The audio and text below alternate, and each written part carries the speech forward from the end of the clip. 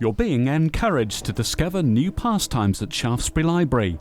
Last year's inaugural Hobbies Month has been expanded because staff understand how it helps to combat social isolation. It's to do with loneliness, well-being, giving somebody something nice to look forward to come and try, and a nice place. It's all free.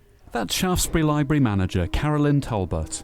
Her colleague Caroline Ellertson first suggested this programme of activities. Caroline brought the idea to our Monday morning training one week, and we thought, yes, let's have a go for it. And she's really worked hard on it. She spends a lot of time thinking about who she'd like to contact. The Shaftesbury initiative is being adopted across Dorset.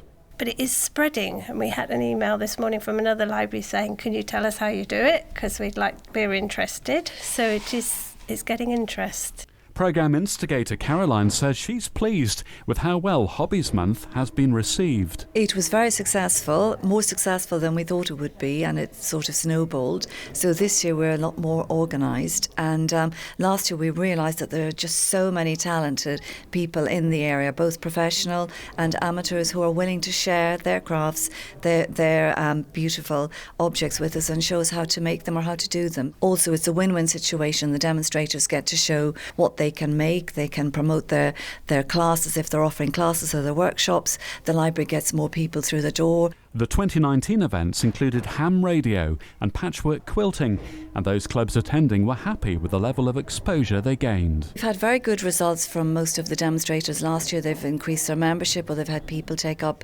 the hobby that they were demonstrating. So variety, I think, is what we're trying to achieve. And with that in mind, this year the library's offering a greater choice of pastimes. From knitting, we've got an amazing willow basket maker. She makes beautiful coffins and fantastic log baskets, and all her willow comes from a sustainable resource.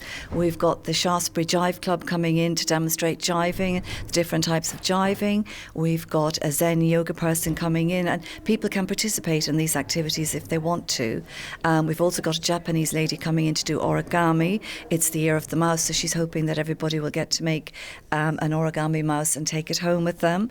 We've got an embroiderer coming in. We've got a needle felting lady coming in, and everybody will get an opportunity to make their own felt coaster to take home with them. And finally, we've got Anna McDowell, the very well-known Dorset buttoneer, and she will be coming in demonstrating how the Dorset buttons were made and hopefully talking about the history of the button factory in Shaftesbury. Carolyn says the library is the perfect venue for these sessions because less confident people can observe from a distance, browsing the bookshelves before they decide whether or not to join in with activities. You can actually listen in the background for a little while if you want to, and then go across and talk to the people. It's all very relaxed. There's no commitments of any sort. You can just do as much or as little as you want. As the events are being offered in a library, the staff have carefully curated a selection of books which complement the sessions.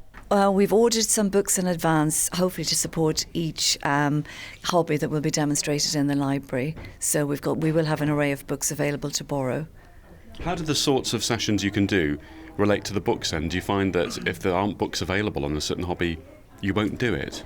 We have the facility, and people can actually do it at home from the comfort of their own home. We can order books, or they can order books online from other libraries and get them in, and then they just pop into Shaftesbury Library and pick them up. So there's a huge amount of books out there that we have access to. Since we joined Libraries West, we now have access to thousands more books, which is fantastic.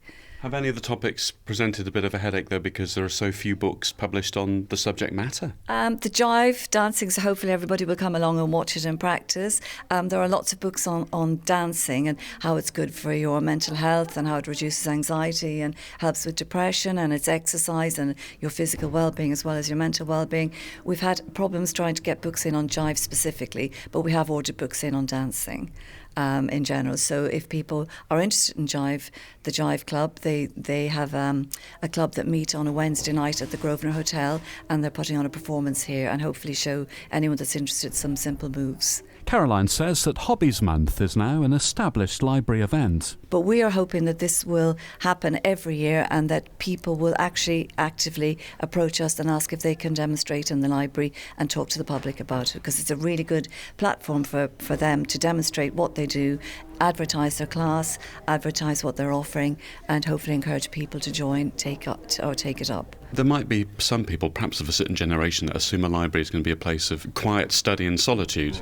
I think libraries are changing now. They are more of a hub for the community. We do all sorts of things. Lots of people use us. I mean, we have the CAB, the CAB, the reminiscence groups, the creative writing group. They all come in. Children come in to do their homework because they can sit quietly, particularly from the sixth form at Shaftesbury School, because they can have that quiet space. So people don't expect silence anymore. It's just a nice, friendly, relaxing place to come to. The sessions start with the knitting group from 11 till 12 on Saturday the 11th of January. Basket making will be offered on the following Saturday the 18th from 11 till 12, and Andy and Samantha's Jive event takes place at the same time. On Saturday the 25th of January, you can discover the Japanese art of origami with Yuko Lise from 11. Heidi Mark instructs in Zen Yoga on Saturday the 25th for 1 hour from 11. There are embroidery sessions on Saturday the 1st of February from 11 till 12 with Trisha Venn. A separate needle felting class will be offered by Helen Winkworth at the same time. Finally, Dorset button making with Anna McDowell rounds off the programme at 11 o'clock on the 8th of February. Listen to Alfred.